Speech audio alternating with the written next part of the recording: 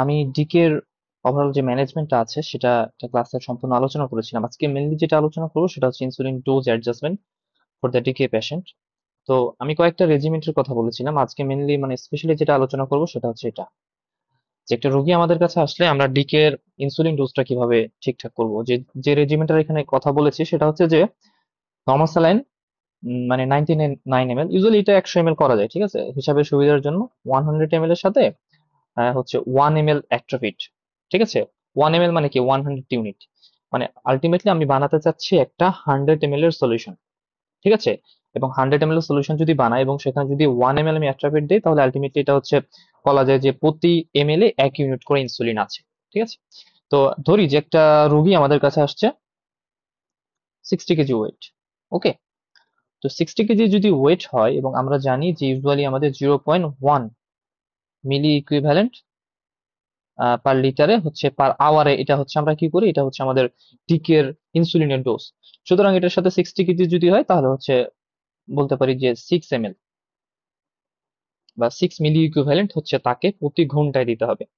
তো হিসাবের সুবিধার্থে দেখেন এখানে প্রতি মানে প্রতি ml এ আছে 1 ইউনিট, তাহলে আমি যদি 6 ml দিতে পারি তাহলে আলটিমেটলি আমার প্রতি ঘন্টায় তাকে 6 ইউনিট দেওয়া কিন্তু হয়ে যাচ্ছে। তো এটার ব্যাপারটা হচ্ছে এমন যে হচ্ছে দেখেন যে 60 মিনিট মানে তো 1 ঘন্টা, তাই না? 60 মিনিটে আমরা দিব কতটুকু, 6 ml, এবং এই 6 ml এর মধ্যে আমাদের হচ্ছে 6 ইউনিট আছে, তাই তো।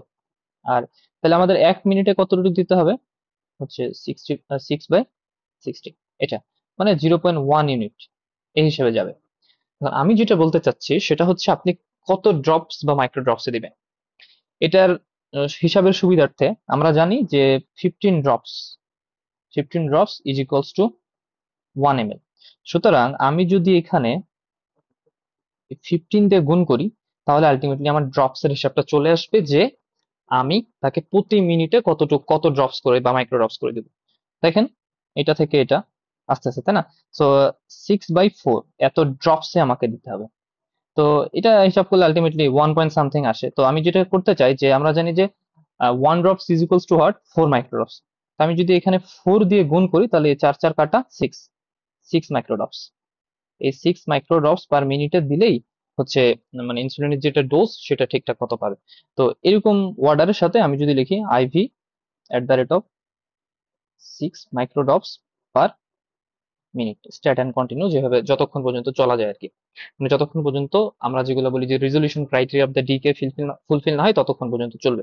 তো এটা হচ্ছে কথা। এখন বলতে বলতে পারেন যে এটা কোথা থেকে আসলো। দেখেন আমরা যখন বলি যে 1000 ml ফ্লুইড আমরা 24 আওয়ারের মধ্যে দিব, তাহলে আমাদের প্রতি মিনিটে বা ঘন্টায় কতটুকু করে ফ্লুইড দিতে হবে আমরা জানি না, এই সূত্র থেকে।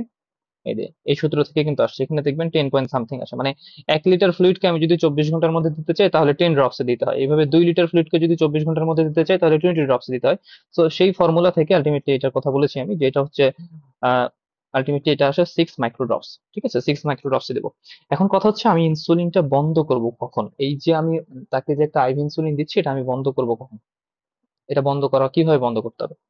তো আপনি দেখবেন resolution criteria of the DK তিনটা কথা এখানে লেখা আছে ডিকে এর ক্ষেত্রে, যে এই কথাটা উম, এতে যে ব্লাড কিটোন বডি যদি 0.6 অর লেস আর কি, অ্যান্ড হচ্ছে ভেনাস পিএইচ যদি 7.3 এর বেশি, অ্যান্ড হচ্ছে বাইকার্বনেট মোর দেন 15 মিলিমোল পার লিটার।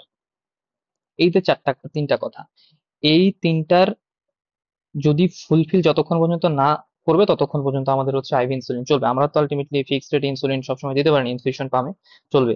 সো এটা বোঝার উপায় কি, আমরা ইউজুয়ালি বাইকার্বনেটটা করতে পারি, তো আর বাদ বাকি গুলা তো সবসময় করা হয় না। কিটোন বডি এইভাবে প্রতি সময় ব্লাডে দেখা একটু ঝামেলাই।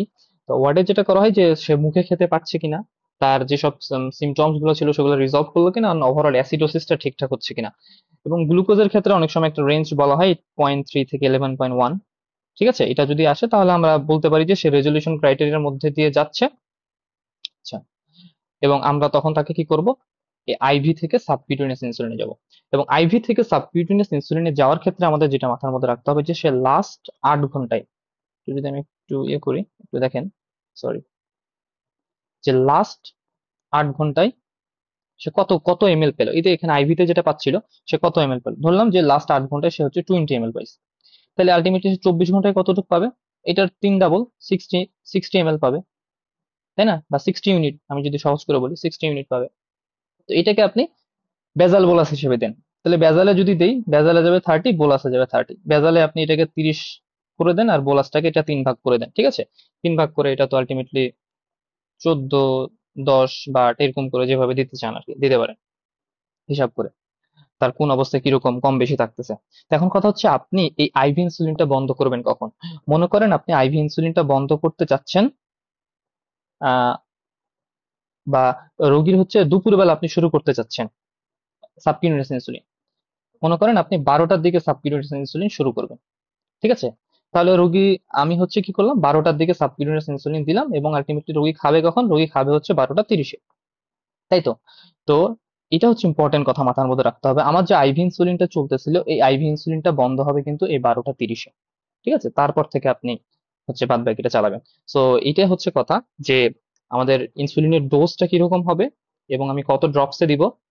এবং একই কথা দেখেন, আপনি এই রোগীটা যদি এইচএইচএস হয়, এইচএইচএস এর ক্ষেত্রে হচ্ছে 0.05, তাই না?